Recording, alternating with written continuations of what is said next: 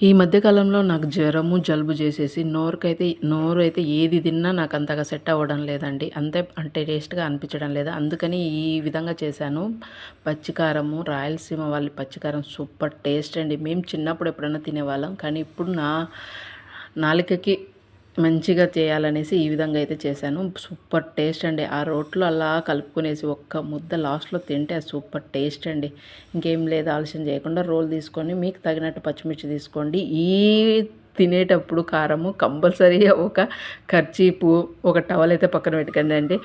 ఆ స్పైసీకి అంత ముక్కులో నుంచి కొంచెం వాటర్ వస్తుంది. అదేవిధంగా చెమటలు కూడా పడతాయి తుడుచుకొనేసి. కానీ మీకు జ్వరం వల్ల లేకపోతే జలుబు వల్ల నోరు కూడా ఇది చెడిపోయి ఉంటుందంటే నాలుక అదే బాగా టేస్ట్ తెలియకుండా ఉంటుంది కదా, ఇది తిని చూడండి. మీ నాలుక అట్టే సెట్ అయిపోతుంది. బాడీలో కూడా అన్ని నరాలు ఎక్కడైతే ఏమైతే జ్వరం వల్ల ఇబ్బందిగా ఉన్నాయో అన్ని లేసి కూర్చుంటాయండి. కంపల్సరీ ట్రై చేయండి. నా మాటగా చెప్తున్నాను. సూపర్ టేస్ట్ అండి. అన్నీ కచ్చపచ్చగా దంచుకొని తినేయడమే అంతే.